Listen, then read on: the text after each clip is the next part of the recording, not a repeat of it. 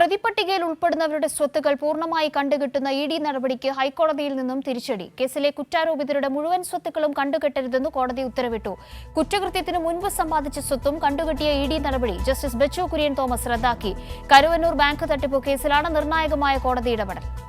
കരുവന്നൂർ തട്ടിപ്പ് കേസിൽ ഉൾപ്പെട്ട തൃശൂർ സ്വദേശികളായ ദമ്പതികളായിരുന്നു ഹർജിക്കാർ.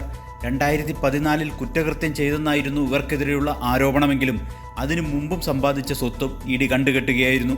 ഇതിനെതിരെയാണ് ഇരുവരും കോടതിയെ സമീപിച്ചത്. ഇഡി നടപടി നിയമവിരുദ്ധമാണെന്ന് കണ്ട കോടതി ഉത്തരവ് റദ്ദാക്കുകയായിരുന്നു. കുറ്റകൃത്യത്തിന് മുൻപുള്ള സ്വത്തും കണ്ടുകെട്ടണമെന്ന് കള്ളപ്പണം വെളുപ്പിക്കുന്നത് തടയുന്ന നിയമത്തിൽ ഒരിടത്തും പറയുന്നില്ലെന്ന് കോടതി വ്യക്തമാക്കി. കേസുമായി ബന്ധമില്ലാത്ത സ്വത്ത് ഇഡി കണ്ടുകെട്ടരുതെന്നും ഉത്തരവിലുണ്ട്. 1987, 97, 99 വർഷങ്ങളിൽ പ്രതികൾ വാങ്ങിയ ഭൂമി കണ്ടുകെട്ടിയ ഇഡി നടപടി കോടതി റദ്ദാക്കി.